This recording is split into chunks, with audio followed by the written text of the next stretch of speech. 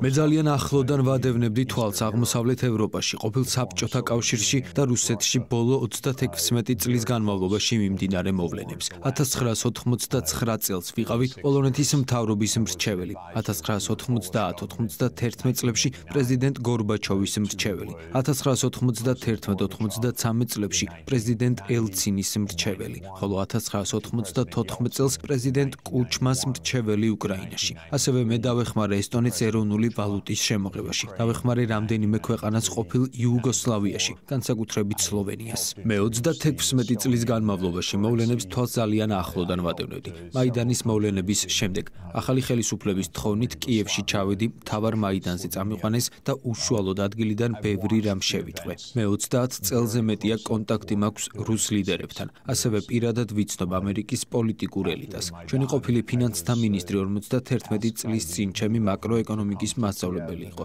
რაც იმას ნიშნავს, რომ ჩვენ ნახევარი საუკუნის მეგობრობა გვაკავშირებდა. მე ამ ხალხს ვიცნობ და მინდა, რომ ეს აღვნიშნო, რადგან რასაც ვამბობ, არ არის მეორე წყაროდან მიღებული ინფორმაცია ან იდეოლოგია. ეს არის ის, რაც საკუთარი თვალით მინახავს და საკუთარ გამოცდილებაზე დაყრდნობით გამიგია. ეს არის ჩემი შეხედულება იმ მოვლენებზე, რომლებმაც ევროპა სხვადასხვა კონტექსტში მოიცვა. ეს მხოლოდ უკრაინის კრიზისს არ ეხება.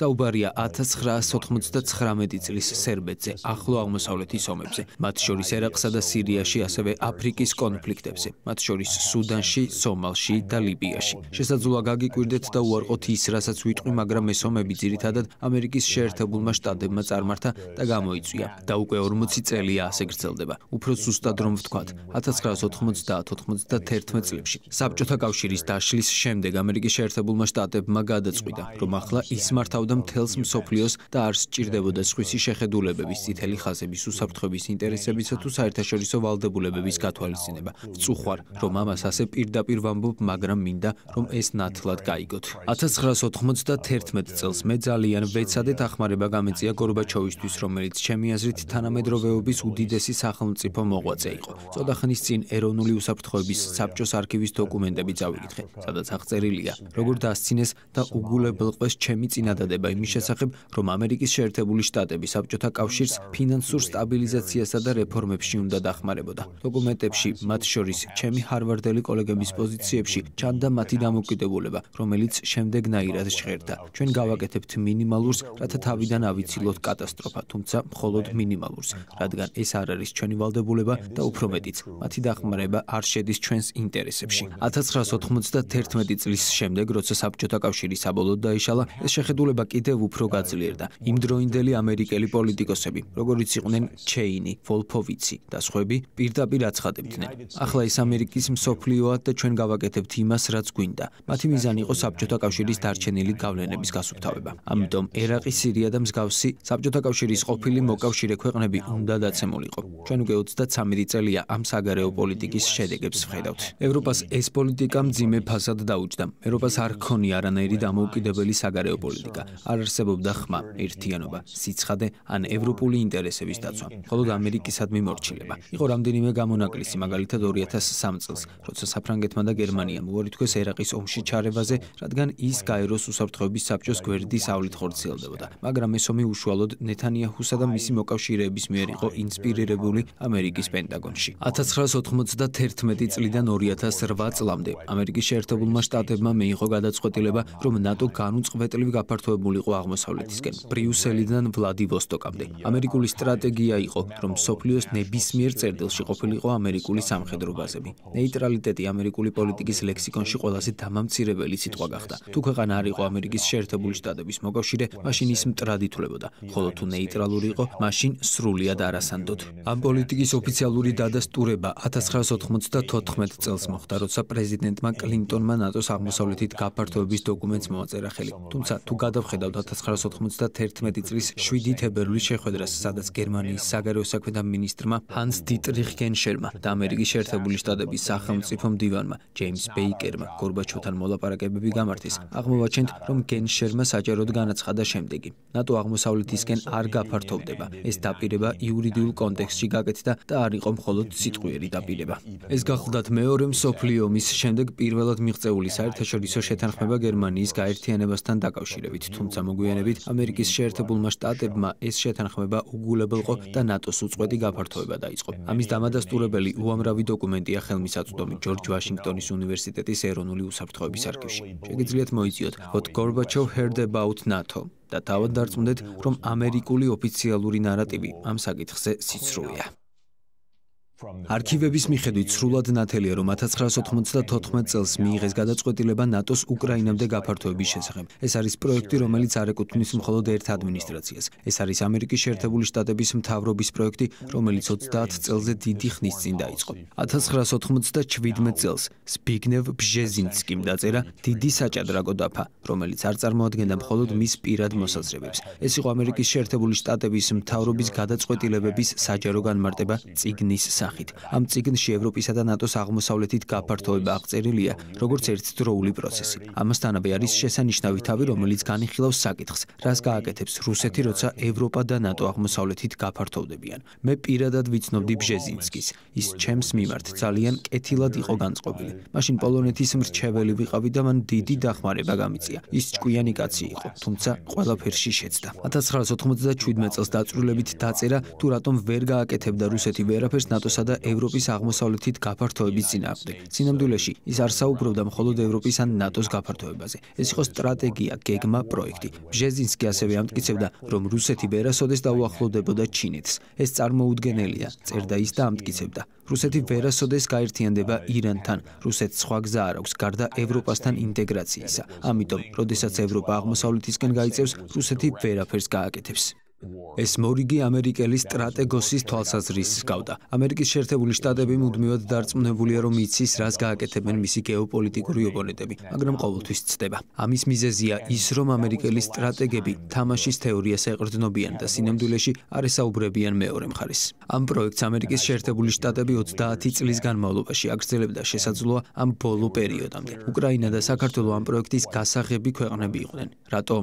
იმიტომ, რომ ამერიკა ბრიტანელებისგან სწავლობს. ჩვენ ბრიტანეთის იმპერიის მიმბრძოლები ვართ. 1853 წელს ლორდ პალმერსტონმა გაიაზრა, რომ თუ რუსეთს შავ ზღვაში შემოსაზღვრავ, მას აღმოსავლეთ ხმელთაშუა ზღვისკენ გასასვლელს დაუბლოკავ. ახლა ჩვენ ვხედავთ, როგორ ახორციელებს ამერიკა იმავე პროექტს 21 საუკუნეში. იდეა იყო, რომ უკრაინა, რუმინეთი, ბულგარეთი, თურქეთი და საქართველო გაერთიანდებოდნენ შავი ზღვის სანაპიროს ბლოკში, რითაც რუსეთს მსოფლიო მოთამაშის სტატუსს მოუსპობდა. შავ ზღვაში და შესაბამისად ხმელთაშუა ზღვაში გასასვლელს დაუბლოკავდა და მას მხოლოდ რეგიონულ ძალად აქცევდა. ბჟეზინსკი ამ ყველაფერზე სრულიად მკაფიოდ წერს.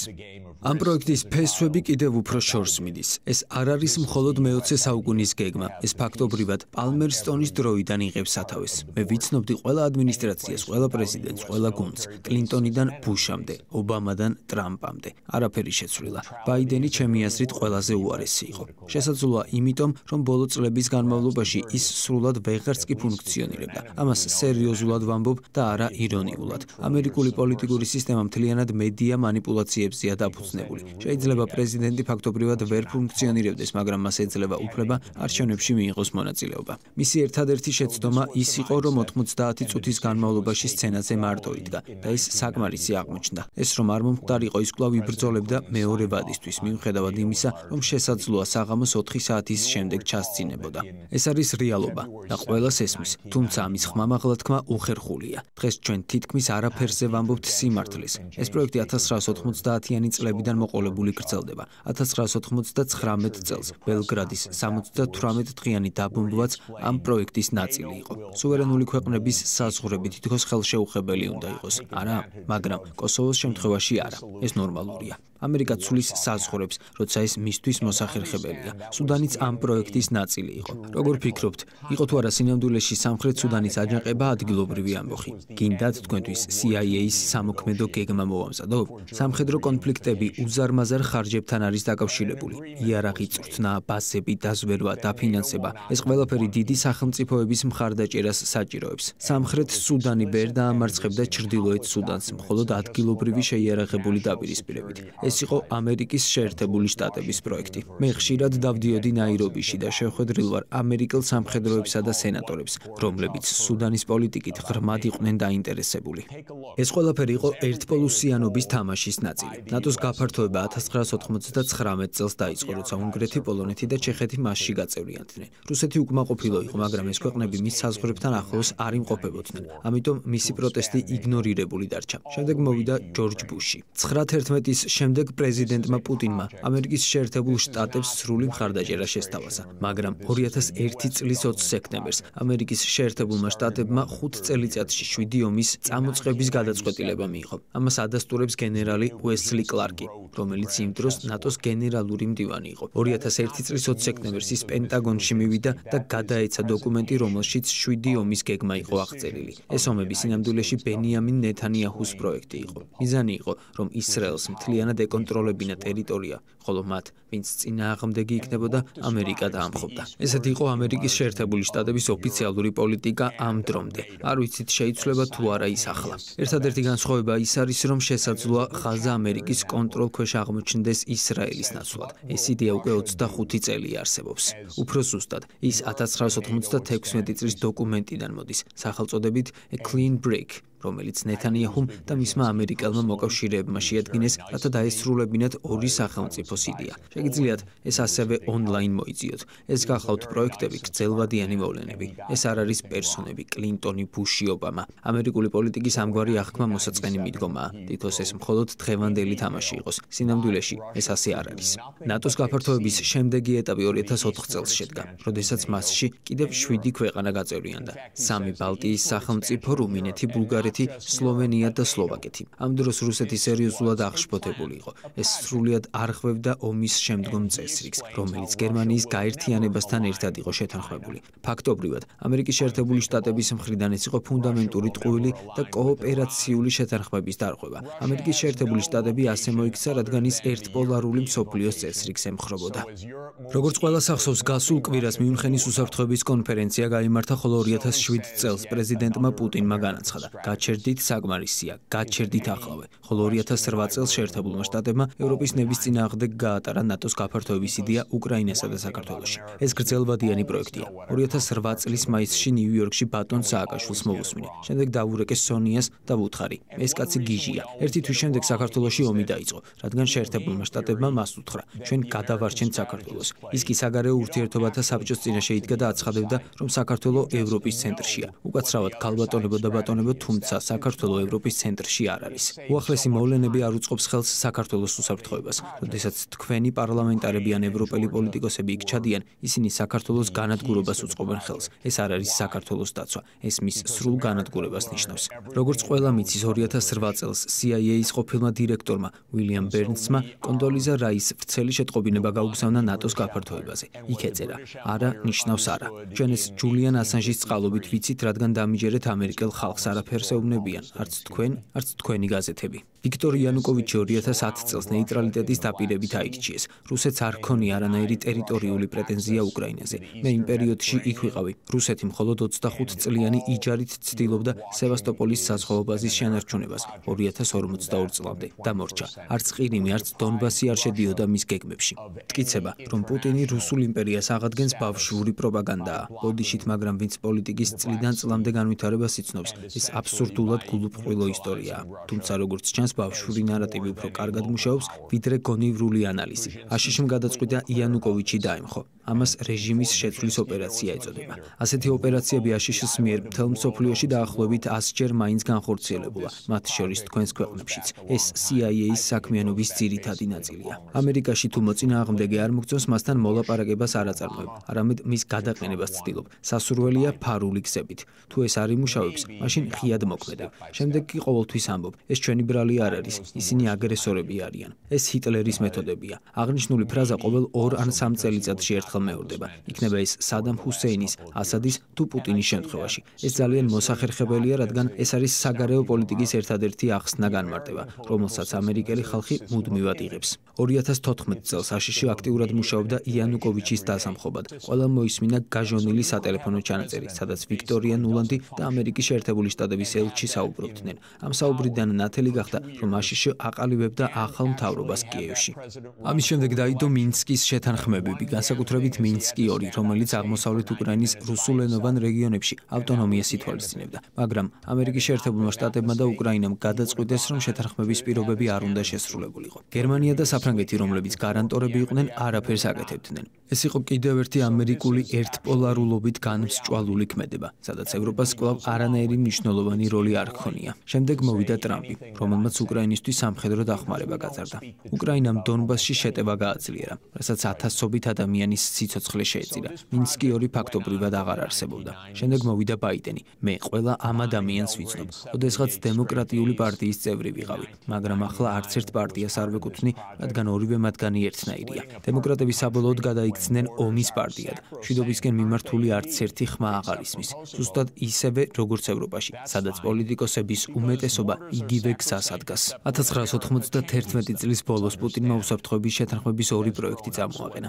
ერთი ევროპასთან და მეორე შეერთებულ შტატებთან. 2021 წლის 15 დეკემბერს აშშ-მ თავისი წინადადება წარადგინა. იმ დღესვე თეთრ სახლში ჯეიკ სალივანთან 1 საათიანი სატელეფონო საუბარი მქონდა. ვებედრებოდი, ჯეიკ, შენ შეგიძლია აირიდო ომი. უბრალოდ უნდა განაცხადო, რომ ნატო უკრაინაში არ გაფართოვდება. მან მიპასუხა, ნუ ღელავ, ნატო არ აპირებს უკრაინაში გაფართოვებას. მე ვუთხარი, ჯეიკ, შენ ეს საჯაროდ უნდა განაცხადო. მან მითხრა არა, ამას საჯაროდ არ ვიტყვით. ვუპასუხე, ჯეიკ, თქვენ მიიღებთ ომს ისეთი რაღაცის გამო, რაც ისედაც არ იგეგმება რომ მოხდეს. სალივანმა მითხრა, ნუ ღელავ, ომი არ იქნება.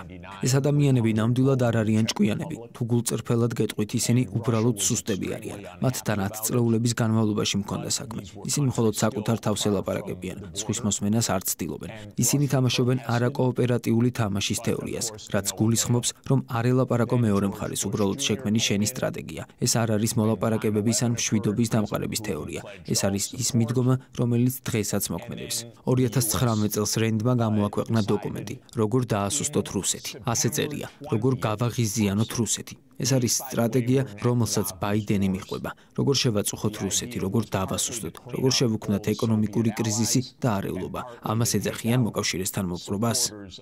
ამ თემაზე სალივანთან გრძელი და უშედეგო საუბარი მქონდა. გარეთ ციოდა, მთაში ვიყავი, სასრიალოდ ვაპირებდი წასვლას. ვეხვეწებოდი, ჯეიკ, არ დაიწყოთ ომი. პასუხობდა, ჯეფ, ომი არ იქნება, მაგრამ ყველამ ვიცით რა მოხდა მომდევნო თვეში. მათ უარი თქვეს მოლაპარაკებაზე. ნატოს ღია კარის პოლიტიკა ყველაზე სულელური იდეაა. ანუ ნატოს შეუძლია სადაც უნდა იქ შევიდეს, მეზობლებს კი არანაირი უფლება არ აქვთ რაიმე თქვან. თუ კანადამ ან მექსიკამ გადაწყვიტა ჩინეთს ან რუსეთს სამხედრო ბაზის აშენების უფლება მისცეს, როგორი რეაქცია ექნება ამერიკას? 10 წუთის განმავლობაში ომი დაიწყება.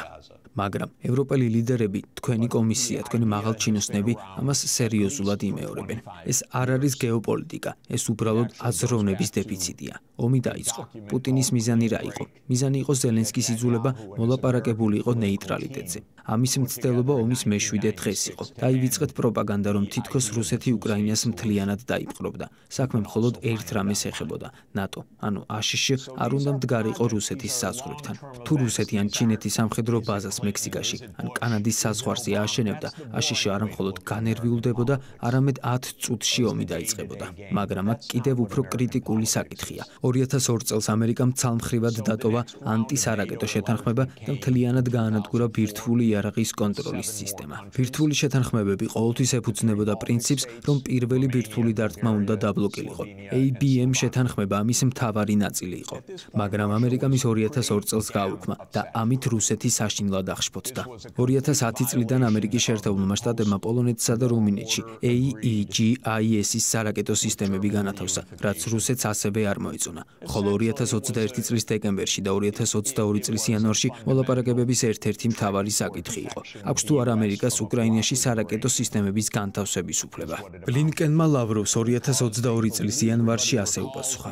ამერიკას აქვს უფლება განათავსოს სარაკეტო სისტემები, სადაც უნდა. არის ეს ის, რასაც მოკავშირე ჰქვია? ახლა კი ამერიკა საშუალო რადიუსის რაკეტების კვლავ განვითარებას აპირებს გერმანიაში. ამერიკამ 2019 წელს ცალმხრივად დატოვა INF შეთანხმება. დღეს არ არსებობს ბირთვული იარაღის კონტროლის არც ერთი სისტემა. ზელენსკიმ 7 დღეში განაცხადა, მოდით დავიწყოთ მოლაპარაკებები. მე ამ პროცესის დეტალები ზუსტად ვიცი, რადგან ყველა მხარესთან დეტალური კომუნიკაცია მქონდა. რამდენიმე კვირაში უკვე არსებობდა დოკუმენტი, რომელსაც პუტინმა დაუჭირა მხარი. ლავროვმა წარადგინა და თურქის შუამავლების მეშვეობით მოლაპარაკებები უნდა გამართულიყო. მე თავად ჩავფრინდი ანკარაში, რათა შუამავლობის საქმიანობა დეტალურად შემესწავლა. რა მოხდა? მიუხედავად იმისა, რომ შეთანხმება თითქმის მიღწეული იყო, უკრაინამ ცალმხრივად დატოვა მოლაპარაკებები. რატომ? იმიტომ, რომ შეერთებულმა შტატებმა უბრძანა ასე მოქცეულიყო.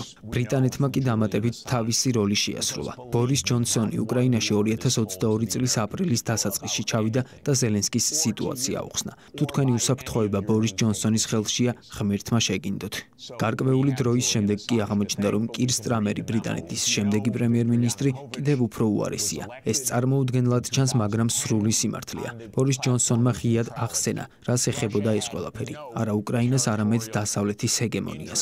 მე და მაიკლი 2022 წლის გაზაფხულზე ვატიკანში შევხვდით ჯგუფს და დავწერეთ დოკუმენტი, სადაც აღვნიშნეთ. ამ ომიდან უკრაინისთვის არაფერი კარგი არ გამოვა. აწარმოეთ მოლაპარაკებები, სანამ გვიან არ არის, რადგან მეტი დრო მხოლოდ მეტ მსხვერპლს, ბირთვული ესკალაციის რისკსა და ომის შესაძლო წაგებას ნიშნავს. იმ დოკუმენტში არც ერთი სიტყვა არ იყო მცდარი. და მას შემდეგ, რაც აშშ-მ უკრაინა მოლაპარაკებების მაგიდიდან ძალის წამოიყვანა, დაახლოებით მილიონი უკრაინელი დაიღუპა, ან მძიმედ დაშავდა.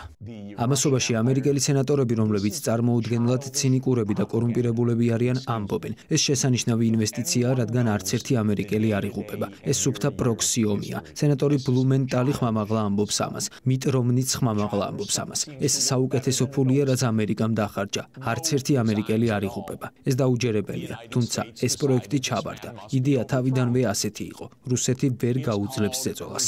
როგორც ბჟეზინსკიმ ჯერ კიდევ 1997 წელს თქვა, ამერიკელები დარწმუნებულნი იყვნენ, აცხადებდნენ, ჩვენ უპირატესობა გვაქვს და აუცილებლად გავიმარჯვებთ. მათ ეგონათ, რომ რუსეთის დაშინებას შეძლებდნენ, რომ ისინი რეალურად არ იბრძოლებდნენ, არ მობილიზდებოდნენ. მათ ეგონათ, რომ SWIFT-დან გათიშვა და ეკონომიკური სანქციები მათ გაანადგურებდა. მათ ეგონათ, რომ HIMARS-ები ATACMS-ები და F-16-ები ომის ბედს გადაწყვეტდა. ამასობაში მე ამას 70 წელია ვისმენ. ხოლო ჩემი ქვეყნის მთავრობა ყოველდღე აბსურდს ლაპარაკობს. მე ვთხოვდი უკრაინელებს, გადაირჩინეთ თქვენი სიცოცხლე, თქვენი სუვერენიტეტი, თქვენი ტერიტორია. იყავით ნეიტრალურები, არ მოусმინოთ ამერიკელებს. მე გავუმეორე მათ ჰენრი კისინჯერის ცნობილი სიტყვები. იყო შეერთებული შტატების მტერი საშიშია, მაგრამ იყო მისი მეგობარი ფატალური. ევროპა, გაიგეთ, ამერიკის შეერთებული შტატების მტრობა საშიშია, მაგრამ მასთან მეგობრობა მომაკვდინებელი.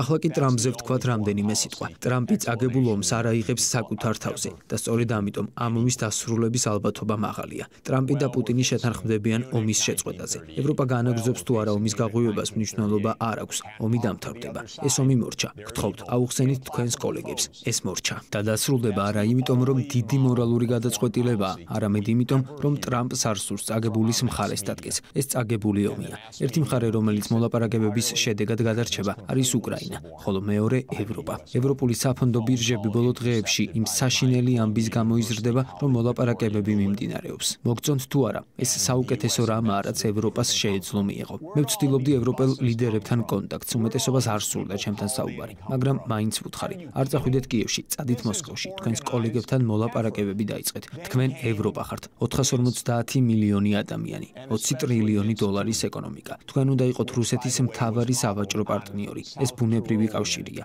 და ბოლოს, თუ ვინმე საინტერესებს, როგორ ააფეთქა ამერიკამ Nord Stream-ი, სიამოვნებით ვისაუბრებ ამაზეც.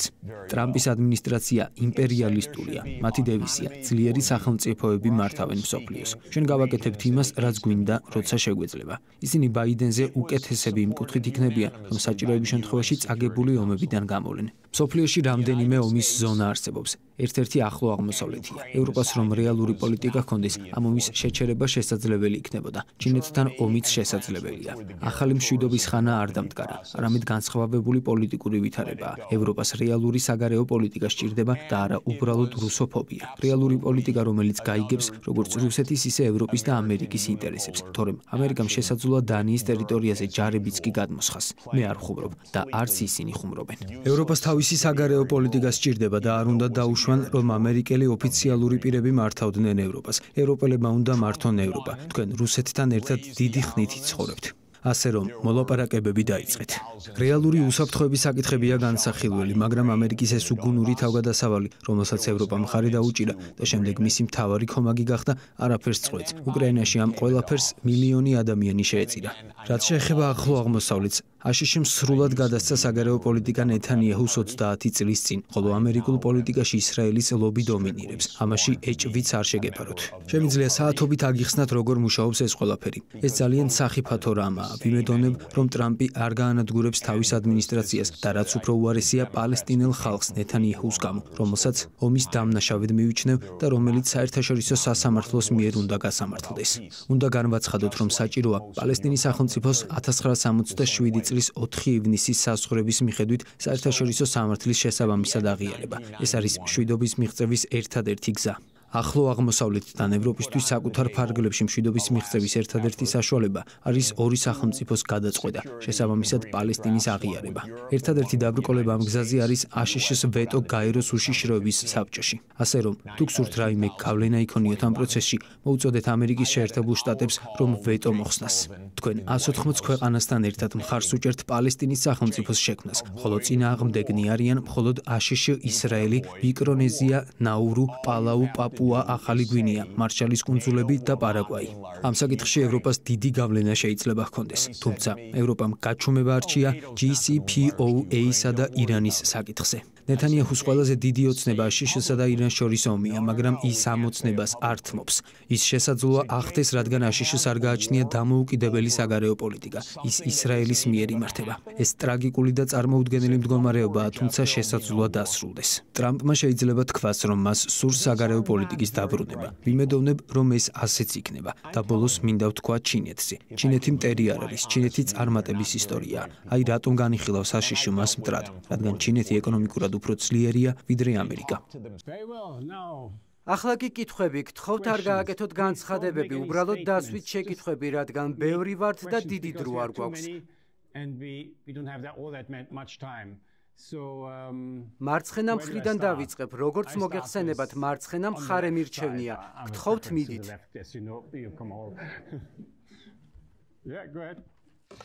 Thank you, Jeffrey Sachs from the Czech Republic. We are glad we have you here. We have a problem.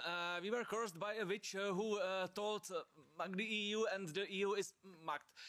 So it won't be improved until 2029. But what we, the Central Europeans, should do in the meantime, especially if the Germans don't happen to vote for Sarah Wagenknecht enough. First of all, პირველ რიგში მინდა იცოდეთ, რომ ჩემი შვილიშვილები ჩეხები არიან. ჩემი მეუღლე სონია ჩეხეთშია დაბადებული და ჩეხეთის მოქალაქეა. ამით ძალიან ვამაყობ. ევროპულ საგარეო პოლიტიკას ევროპული ხასიათი უნდა ჰქონდეს და ის რეალისტური უნდა იყოს. რეალისტური არ ნიშნავს სიძულვილს. რეალიზმი გულისხმობს ორივე მხარის გაგებას და მოლაპარაკებებს. რეალისტები ორ კატეგორიად იყოფიან: თავდაცვით და შეტევით რეალისტებად. ჩემი მეგობარი ჯონ მერშმაიერი შეტევითი რეალისტია, თუმცა ჩვენ ახლო მეგობრები ვართ. მე მეტად მჯერა, რომ მოლაპარაკებებით და ურთიერთგაგებით გადაწყვეტილებების მიღება შეიძლება ვიდრე მას. მთავარი ფაქტი, რომელიც უნდა აღინიშნოს, არის ის, რომ რუსეთი არ შეიჭრება ევროპაში. შესაძლოა რუსეთმა დნეპრის მდინარემდე მიაღწიოს, მაგრამ ევროპას ვერ დაიპყრობს. მთავარი პრობლემა რუსეთისთვის ყოველთვის აშშ იყო, რადგან როგორც დიდი სახელმწიფო და მსოფლიოში უდიდესი ბირთვული ძალა, ის ღრმად შეშფოთებული იყო აშშ-ს ჰეგემონიით. ახლა, როდესაც ეს შესაძლოა დასასრულს უახლოვდება, ევროპამ უნდა დაიწყოს პირდაპირი მოლაპარაკებები რუსეთთან, რადგან აშშ მალე დაკარგავს ინტერესს, ხოლო ევროპას რუსეთთან ცხოვრება კიდევ 10 წლეულების განმავლობაში მოუწევს. ამიტომ ევროპამ უნდა უზრუნველყოს, რომ ბალტიისპირეთის ქვეყნები უსაფრთხოდ იყვნენ. ბალტიისპირეთის ქვეყნებისთვის საუკეთესო გამოსავალია შეწყვიტონ რუსოფობია. ეს არის ყველაზე მნიშვნელოვანი. ესტონეთში მოსახლეობის 25% რუსულენოვანია. იგივე სიტუაციაა ლატვიაშიც. მეზობლის პროვოცირება არ არის საჭირო. ეს მარტივია. მე არ ვარ მათი მტერი, არც პუტინის მარიონეტი და არც მისი აპოლოგეტი. მე 1992 წელს ესტონეთში მათი ვალუტის სისტემის შექმნაზე ვიმუშავე. მათ ვაძლევ რჩევას. ნუ იტყვით, რომ გსურთ რუსეთის დაშლა. ეს სიგიშია. ამ გზით ვერ გადარჩებით. გადარჩენა ურთიერთპატივისცემით მიიღწევა. გადარჩენა მოლაპარაკებითა და ურთიერთგაგებით მიიღწევა. რუსული ენის აკრძალვა არ არის კარგი იდეა, როცა შენი მოსახლეობის 25% რუსულენოვანია. რუსული მართლმადიდებლური ეკლესიის დევნაც ცუდი იდეაა. უნდა მოიქცეთ ზრდასრულებივით. როდესაც ვამბობ, რომ ისინი ბავშვებივით იქცევიან, ჩემი მეუღლე პასუხობს, რომ ეს ბავშვებისთვის შეურაცხმყოფელია, რადგან ბავშვები უფრო ჭკვიანურად იქცევიან. ჩვენს შვილიშვილებს ვასწავლით, რომ მეგობრებთან შერიგდნენ და ისინი ამას აკეთებენ. ეს რთული არ არის. კიდევ ერთხელ, მთავარი დასკვნაა. შეცვალეთ პოლიტიკა. ეს არ არის პოლიტიკური განცხადება. ეს უბრალოდ ფაქტია. Hi, my name's Kira. I'm a reporter with the Brussels Times. გამარჯობა, ჩემი სახელია კარა, Brussels Times-იდან. გმადლობთ საინტერესო გამოსვლისთვის, ჯეფრი. მინდოდა მეკითხა ტრამპის განცხადების შესახებ, რომელიც ითხოვს, რომ ნატოს წევრებმა ხარჯები 5%-მდე გაზარდონ. ახლა ვხედავთ, რომ ბევრი ქვეყანა ცდილობს საჩვენოს, რომ ამას გააკეთებს, მათ შორის ბელგია, რომელიც ნატოს შტაბ-ბინას მასპინძლობს. მინდოდა მეკითხა, რა იქნებოდა ნატოს წევრების შესაბამისი პასუხი ამ განცხადებაზე. მადლობთ. დიდი მადლობა. ამ საკითხზე ჩვენი ხედვა არ ემთხვევა, ამიტომ ნება მომეცით ჩემი პოზიცია გაგაცნოთ. პირველი რეკომენდაცია მთელი პატივისცემით ბრიუსელის მიმართ გთხოვთ ნატოს შტაბ-ბინას სხვაგან გადაიტანეთ. სერიოზულად ვამბობ, რადგან ევროპული პოლიტიკის ერთ-ერთი ყველაზე სუსტი ნაწილი ევროკავშირის და ნატოს ერთმანეთში აღრევაა. ეს ორი სრულიად განსხვავებული რამ არის, მაგრამ ისინი პრაქტიკულად ერთნაირად აღიქმება. ევროპა ბევრად უკეთესია ვიდრე ნატო. ჩემი აზრით, ნატოს არსებობა საერთოდ აღარ არის მიზანშეწონილი. მე მას ჯერ კიდევ 1991 წელს გავაუქმებდი, თუმცა აშშ-მ მისი როგორც გეოპოლიტიკური ინსტრუმენტის გამოყენება განაგრძო და არა მხოლოდ რუსეთის წინააღმდეგ თავდაცვისთვის. ნატოსა და ევროკავშირის აღრევა ფატალური შეცდომა იყო, რადგან ევროკავშირის გაფართოება ავტომატურად ნიშნავდა ნატოს გაფართოებას. ეს ორი რამ სრულიად განსხვავებული უნდა ყოფილიყო. ჩემი პირადი მოსაზრება მთელი პატივისცემით არის ის, რომ ევროპას უნდა ჰქონდეს დამოუკიდებელი საგარეო პოლიტიკა და სამხედრო უსაფრთხოების სისტემა. მე ამას მხარს ვუჭერ. მე ნატოს საერთოდ დავშლიდი. იქნებ ტრამპმა თავად გააუქმოს იგი. იქნებ მან გრენლანდიაში შეჭრაც მოინდომოს. მაშინ ნამდვილად გაიგებთ, რას ნიშნავს ნატო. მე ვფიქრობ, რომ ევროპამ უნდა ჩადოს ინვესტიცია საკუთარ უსაფრთხოებაში, მაგრამ 5% სრულად დაუჯერებელი ციფრია. ეს აბსურდია. არავის სჭირდება მსგავსი ხარჯი. ამჟამინდელი ვითარების გათვალისწინებით 2-3% საკმარისი იქნებოდა. თუმცა მე ამ თანხას ევროპული წარმოების სამხედრო ტექნოლოგიაზე დავხარჯავდი. სამწუხაროდ ამ სამყაროში სამხედრო სექტორში ინვესტიციები ხშირად ტექნოლოგიურ ინოვაციებს იწვევს. ტრამპი უბრალოდ ამერიკული იარაღის გამყიდველია. მისი მიზანია ამერიკული ტექნოლოგიის გაყიდვა. რამდენიმე დღის წინ ვენცმა გითხრათ, რომ არ უნდა იფიქროთ თქვენი საკუთარი AI ტექნოლოგიის შექმნაზე. ამიტომ უნდა გაიგოთ, რომ ეს ხარჯების ზრდა მხოლოდ ამერიკისთვის არის სასარგებლო და არა თქვენთვის. მე კატეგორიულად ვეწინააღმდეგები ამ მიდგომას, მაგრამ მხარს ვუჭერ ევროპული უსაფრთხოების ერთიან სისტემას, რომელიც ევროპული ბიუჯეტიდან დაფინანსდება და არა აშშ-ის კარნახით. ევროპა უნდა ინვესტირებდეს საკუთარ ტექნოლოგიებში და არა იმაში, რასაც აშშ უწესებს. სამწუხაროდ ნიდერლანდების ASML ერთადერთი კომპანიაა, რომელიც ექსტრემალური ულტრაიისფერი ლითოგრაფიის მოწყობილობებს აწარმოებს, მაგრამ ამერიკა განსაზღვრავს მის პოლიტიკას. ნიდერლანდებს ამ პროცესში თითქმის არც კი აქვს მონაწილეობა. ეს არ უნდა დაუშვათ. თქვენი უსაფრთხოება არ უნდა იყოს დამოკიდებული აშშ-ზე. თქვენ უნდა გქონდეთ საკუთარი უსაფრთხოების სისტემა, რომ გქონდეთ დამოუკიდებელი საგარეო პოლიტიკაც. ევროპა იცავს ბევრ პრინციპს, რომელსაც აშშ არ იცავს. ევროპა მხარს უჭერს კლიმატის ცვლილების წინააღმდეგ ბრძოლას, ხოლო ჩვენი პრეზიდენტი ამას უარყოფს. ევროპა ემხრობა სოციალურ დემოკრატიას, თანასწორობას, მრავალმხრივ თანამშრომლობას და გაეროს ქარტიას. აშშ-ს ეს არ აინტერესებს. მაგალითად, ჩვენმა სახელმწიფო მდივანმა მარკო რუბიომ სამხრეთ აფრიკაში დაგეგმილი ვიზიტი გააუქმა, რადგან შეხვედრაზე განსახილველ თემებს თანასწორობა და მდგრადი განვითარება წარმოადგენდა. ეს ყველაფერი იმიტომ გითხარით, რომ თქვენ გჭირდებათ საკუთარი საგარეო პოლიტიკა. ჩემი კოლეგა ყოველწლიურად აქვეყნებს მოხსენებას მსოფლიოში მდგრადი განვითარების შესახებ და ამ ანგარიშში საუკეთესო 20 ქვეყნიდან თითქმის ყველა ევროპულია. ევროპა მხარს უჭერს ამ პრინციპებს.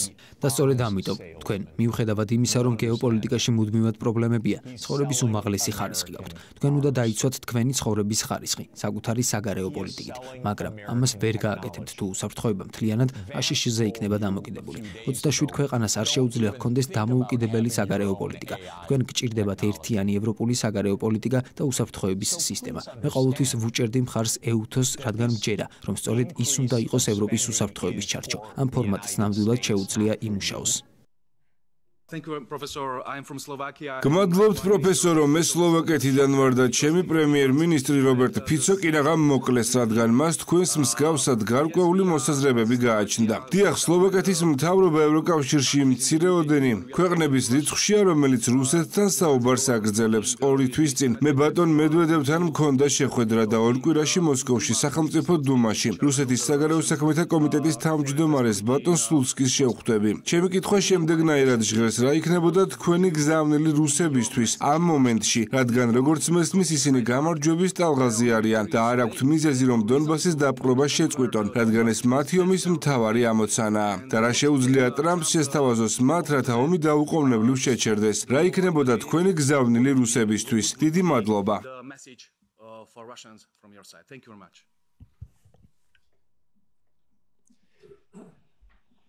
Lots of important things are now on offer and on the table. ახლა ბევრი მნიშვნელოვანი რამდევს მაგიდაზე და განხილვის საგანია, სწორედ ამიტომ ჯერა რომ ომი მალე დასრულდება. ეს იქნება სულ მცირე ერთი სიკეთე ამ ძალიან რთულ დროს. ზუსტად როგორი იქნება შეთანხმება, ვფიქრობ, ახლა ეს მხოლოდ ტერიტორიულ საკითხებზეა დამოკიდებული. მე არ ვარ მოლაპარაკებების ოთახში, ამიტომ ამაზე მეტს ვერაფერს ვიტყვი, მაგრამ მთავარია ის, რომ იქნება ტერიტორიული დათმობები, ნეიტრალიტეტი, უკრაინის უსაფრთხოების გარანტიები ყველა მხარისთვის, აშშ-ის მხრიდან კი ეკონომიკური სანქციების დასრულება. მაგრამ ყველაზე მნიშვნელოვანი ევროპა და რუსეთია. ვფიქრობ, შესაძლოა ბირთვული იარაღის შესახებ მოლაპარაკებების აღდგენაც მოხდეს, რაც არაჩვეულებრივად დადებითი მოვლენა იქნებოდა. ევროპის წინაშე მართლაც მნიშვნელოვანი საკითხებია, რომლებიც მან რუსეთთან პირდაპირ უნდა მოაგვაროს.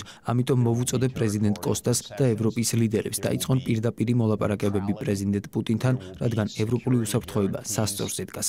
მე კარგად ვიცნობ ბევრ რუს ლიდერს. ისინი კარგი დიპლომატები არიან და თქვენ მათთან უნდა იმსჯელოთ და კარგად მოილაპარაკოთ. მე მათ რამდენიმე კითხვას დავუსვამდი. რა უსაფრთხოების გარანტიებმა შეიძლება იმუშაოს, რათა ეს ომი სამუდამოდ დასრულდეს. რა უსაფრთხოების გარანტიები უნდა ჰქონდეს ბალტიისპირეთის ქვეყნებს. მოლაპარაკების პროცესი გულისხმობს არა მხოლოდ თქვენი პოზიციის დაცვას, არამედ მეორე მხარის შეშფოთებების მოსმენასაც. ჩვენ გვაქვს რეალური პრობლემა, რეალური შეშფოთება. რა არის თქვენი გარანტიები? ამ კითხვაზე პასუხი მეც მაინტერესებს. მე 30 წელია ვიცნობ ბატონ ლავროვს, რუსეთის საგარეო საქმეთა მინისტრს. ის ბრწყინვალე დიპლომატია. ესაუბრეთ მას, მოილაპარაკეთ მასთან. წამოაყენეთ იდეები, შეამოწმეთ მათი პოზიციები. ომები არ წყდება მხოლოდ ლოგიკით, არამედ მოლაპარაკებებითა და რეალური საკითხების გააზრებით და როდესაც მეორე მხარე გამოხატავს თავის შეხედულებებს, მათ ავტომატურად არ უნდა დავარქვათ ტყუილი. უნდა გავაანალიზოთ, რას ნიშნავს ეს ორმხრივი მშვიდობისთვის. ყველაზე მნიშვნელოვანი ისაა, რომ შეწყდეს დაპირისპირება, შეწყდეს საომარი რიტორიკა და დაიწყოს მოლაპარაკებები რუსულ მხარესთან. ნუ ეცდებით, რომ მოლაპარაკების მაგიდასთან, აშშ-სთან ერთად მოხვდეთ. ეს არ არის საჭირო. თქვენ ევროპა ხართ. თქვენ უნდა იყოთ მოლაპარაკებების ოთახში რუსეთთან, ევროპასთან ერთად. თუ აშშ-ს სურს მონაწილეობა მიიღოს, კარგია, მაგრამ მათთვის მუდამ მოთხოვნის წაყენება არ არის საჭირო. ევროპას არ სჭირდება უკრაინა მოლაპარაკებების დროს, მაშინ, როდესაც რუსეთთან თავისი უშუალო საკითხები აქვს მოსაგვარებელი. არ უნდა გადააბრალოთ თქვენი საგარეო პოლიტიკა არავის, არც აშშ-ს, არც უკრაინას, არც ისრაელს. შეინარჩუნეთ ევროპული საგარეო პოლიტიკა. სწორედ ეს არის მთავარი იდეა.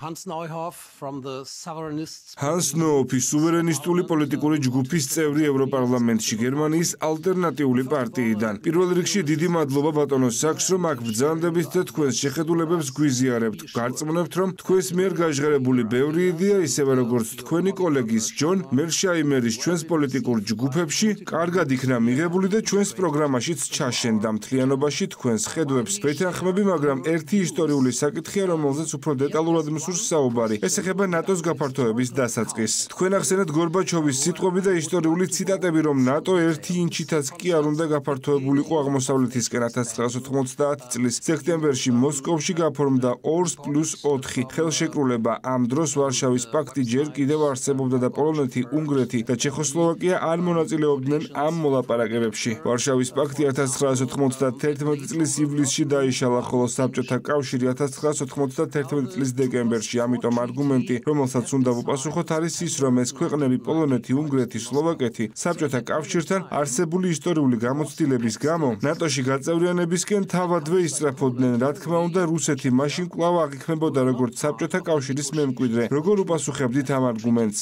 I have no doubt of why. ეჭვი არ მეპარება, რომ უნგრეთს, პოლონეთს, ჩეხეთსა და სლოვაკეთს ნატოში გაწევრიანება თავად უნდოდათ, მაგრამ მთავარი კითხვა არის, რას აკეთებდა აშშ მშვიდობის დასამყარებლად, რადგან ნატო არ არის უბრალოდ უნგრეთის, პოლონეთის, ჩეხეთის ან სლოვაკეთის არჩევანი. ნატო არის აშშ-ის ხელმძღვანელობით მოქმედი სამხედრო ალიანსი. გადაწყვეტილების მიღება რომ შემეძლოს ნატოს 1991 წელსვე გავაუქმებდი, როდესაც ეს ქვეყნები ნატოში გაწევრიანებას მოითხოვდნენ. მე მათ ავუხსნიდი იმას, რასაც ჩვენი თავდაცვითი მინისტრი უილიამ ჰერი, რასაც ჯორჯ კენანი, რასაც ჩვენი ბოლო ელჩი საბჭოთა კავშირში, ჯეკ მეწლოკი ამბობდა. ისინი აცხადებდნენ, ჩვენ გვესმის თქვენი შიშების, თუმცა ეს კარგი იდეა არ არის, რადგან ამან შეიძლება რუსეთთან ახალი ცივი ომი გამოიწვიოს. პირველი გაფართოების ტალღა არ ყოფილა იმდენად კრიტიკული, მაგრამ ეს უფრო დიდი პროექტის ნაწილი იყო. ჯონათან ჰესლემის წიგნი ჰაბრის დეტალურად აღწერს აღნიშნულ პროცესს. მთავარი საკითხი კი ის არის, რომ უკრაინა და საქართველო უკვე მეტისმეტად შორს წავიდნენ.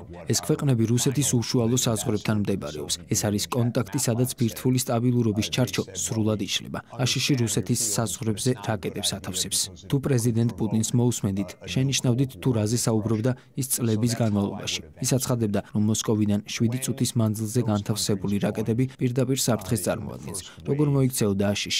აშშ არა მარტო შეშინდებოდა, არამედ შეშინდა კიდეც, როდესაც მსგავსი რამ დასავლეთ ნახევარსფეროში მოხდა. ეს გახლდათ კუბის რაკეტების კრიზისი. ეს არის კუბის კრიზისის საპირისპირო სიტუაცია, მაგრამ მაშინ ნიკიტა ხრუშოვმა არ განაცხადა, რომ ვარშავის პაქტს ღია კარის პოლიტიკა ჰქონდა და რომ მათ შეეძლოთ, სადაც უნდოდათ იქ შესულიყვნენ. მან და კენედიმ ომი თავიდან აიცილეს. რუსეთმა დიდი ტკივილით გადაყლაპა ბალტიისპირეთის, რუმინეთის, ბულგარეთის, სლოვაკეთისა და სლოვენიის ნატოში გაწევრიანება. მაგრამ უკრაინა და საქართველო უკვე გადამწყვეტი წერტილი იყო. ეს იყო გეოგრაფია, ეს იყო ლორდ პელმერსტონი. ეს იყო პირველი ყირიმის ომი და ეს იყო რაკეტების განლაგება, რის გამოც ეს ომი დაიწყო. Thank you very much, Professor Sachs, for coming. დიდი მადლობა პროფესორო, რომ აქ მობრძანდით. თქვენ აღნიშნეთ, რომ ევროკავშირმა საკუთარი საგარეო პოლიტიკა უნდა ჩამოაყალიბოს წარსულში გერმანულ-ფრანგული ალიანსი ამ პოლიტიკის მთავარი მამოძრავებელი ძალა იყო. ახლა უკრაინის ომის ფონზე ეს ალიანსი თითქოს და დასუსტდა. როგორ ფიქრობთ, მომავალში, როდესაც ევროკავშირი ახალ საგარეო პოლიტიკას ჩამოაყალიბებს, კვლავ ეს ქვეყნები იქნებიან წინამძღოლები თუ სხვა ქვეყნები ან ბლოკები უნდა შეეცადონ აღნიშნული ცვლილების განხორციელებას? დიდი მადლობა. Trying to make that change. Thank you very much. Oh, it's hard.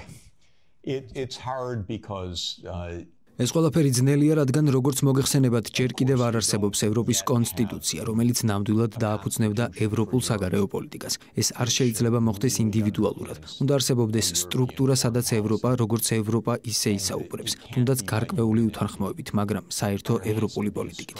მარტივად გადმოსაცემი არა ის ფორმულა, თუ როგორ მივიდეთ აქამდე, მაგრამ იმ სტრუქტურებითაც, რაც უკვე გაქვთ, თქვენ პირდაპირი მოლაპარაკებების გზით შეგიძლიათ ბევრად უკეთესად იმოქმედოთ. პირველი წესი, რომელიც უნდა სრულდეს არის ის, რომ თქვენი დიპლომატები იყვნენ დიპლომატები და არა ომის წამქეზებლები. გულწრფელად რომ ვთქვათ, ეს ნაბიჯი ამ გზაზე ნახევარი საქმის ტოლფასია. დიპლომატია განსაკუთრებული ნიჭია. დიპლომატი გაწვრთნილია, რათა დაჯდეს მეორე მხარესთან, მოусმინოს ჩამოართვას ხელი, გაუღიმოს და იყოს სასიამოვნო. ეს ძალიან რთულია, ეს უნარია, ეს პროფესია, ეს არ არის თამაში. თქვენ ასეთი დიპლომატია გჭირდებათ. ბოდიში, მაგრამ დღეს ჩვენ მსგავსი არაფერი გვესმის. პირველ რიგში, როდესაც ეს უკვე ვთქვი, უნდა გაიაზროთ, რომ ევროპა არ არის ნატო. მეგონა სტოლტენბერგი ნატოს ყველაზე უარესი მდივანი იყო, მაგრამ ვწდებოდი. სიტუაცია უბრალოდ უარესდება. თუ ღმერთი გწამთ, შეწყვიდეთ ნატოში ომზე საუბარი და შეწყვიდეთ ევროპის სახელით საუბარი. ევროპამ შეწყვიტოს ფიქრი, რომ ის ნატოა. ეს არის პირველი აუცილებელი პუნქტი. მეორე რამ, უკაცრავად, მაგრამ თქვენი უმაღლესი წარმომადგენლები და ვიცე-პრეზიდენტები უნდა გახდნენ დიპლომატები. დიპლომატია ნიშნავს მოსკოვში წასვლას, თქვენი რუსი კოლეგის აქ მოწვევას, მასთან საკითხების განხილვას. ეს ჯერ არ მომხდარა. ასე რომ, ჩემი აზრით ეს საჭიროა. ჯერა იდეის, რომ ევროპა უფრო ინტეგრირებული და უფრო ერთიანი უნდა გახდეს მომდევნო წლებში. მე მტკიცედ მჯერა სუბსიდიარობის პრინციპის.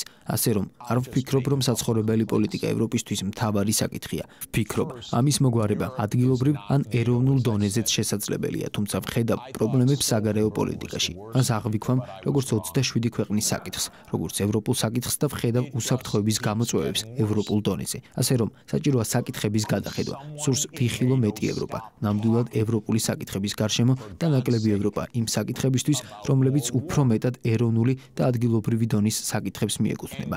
იმედი მაქვს, რომ ასეთი ევოლუცია მოხდება. იცით, როდესაც მსოფლიო დიდ ძალებზე საუბრობს, ისინი საუბრობენ აშშ-ზე, რუსეთზე, ჩინეთზე. მე ამ სიას ინდოეთს ვამატებ და ნამდვილად მსურს დავამატო ევროპაც, ნამდვილად მსურს დავამატო აფრიკაც, როგორც აფრიკის კავშირი და მსურს, რომ ეს მოხდეს. თუმცა შეამჩნევთ, რომ ამ სიაში ევროპა დღეს არ ჩანს და ეს იმიტომ, რომ არ არსებობს ევროპული საგარეო პოლიტიკა. Thank you very much and thank you very much professor for this very courageous speech. დიდი მადლობა პროფესორამ ძალიან მამაცი და ძალიან ნათელი გამოსვლისთვის. მე ვარ ევროპარლამენტარი ლუქსემბურგიდან. ჩემი კითხვა შემდეგია, რა არის ამ წაგებული ომის გრძელვადიანი შედეგები? ჩვენ წავაგეთ ომი, ნატოს მომავალი გაურკვეველია, ასევე აშკარად, როგორც თქვენ აღნიშნეთ, ხდება ევროპის მარგინალიზაცია, სახეზეა ბრიქსის ქვეყნების გაძლიერება, რომლებიც ბევრ ასპექტში შეიძლება ჩვენი მეტოქეებიც იყვნენ. როგორი იქნება კოლექტიური დასავლეთის მომავალი მომდევნო 20 ან 30 წლის განმავლობაში. დიდი მადლობა.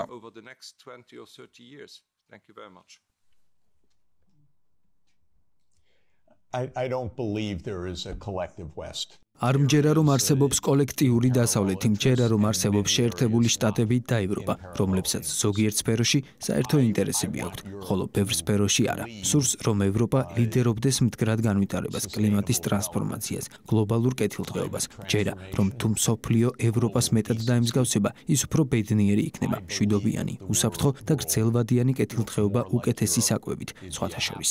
ნებისმიერ შემთხვევაში ევროპას აქვს მოწოდება, რომელიც საკმაოდ განსხვავდება ამერიკული ტრადიციისგან და ანგლო ტრადიციისგან. ანგლოსაქსურ ჰეგემონიას ან ჰეგემონიისკენ სწრაფვას მხოლოდ 200 წლიანი ისტორია აქვს. ბრიტანელები ჯერ კიდევ ფიქრობენ, რომ ისინი მართავენ მსოფლიოს. საოცარია, მაგრამ რას ნიშნავს ნოსტალგია? ისინი არც კი ჩერდებიან. ეს ყველაფერი მონტი პაითონის სკეჩს გავს, როდესაც რაინდს ყველა კიდურს აჭრიან და ის ამბობს, ყველაფერი კარგადაა, მე გამარჯვებული ვარ. ეს არის ბრიტანეთი, სამწუხაროდ და ეს მართლაც საშინელებაა.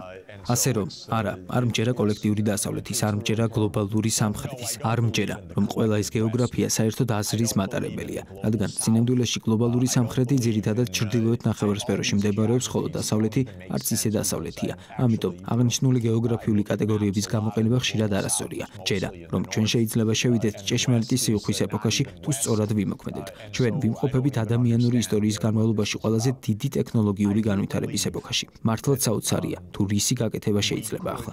მეცნიერებმა, რომლებიც არ ფლობდნენ ქიმიას, ნობელის პრემია მიიღეს ქიმიაში, რადგან მათ ძალიან კარგად ესმოდათ ნეირონული ქსელები. მათ აღმოაჩინეს ცილოვანი მოლეკულების დაკეცვის პროცესი, რის მისაღწევადაც ბიოქიმიკოსების თაობები მუშაობდნენ.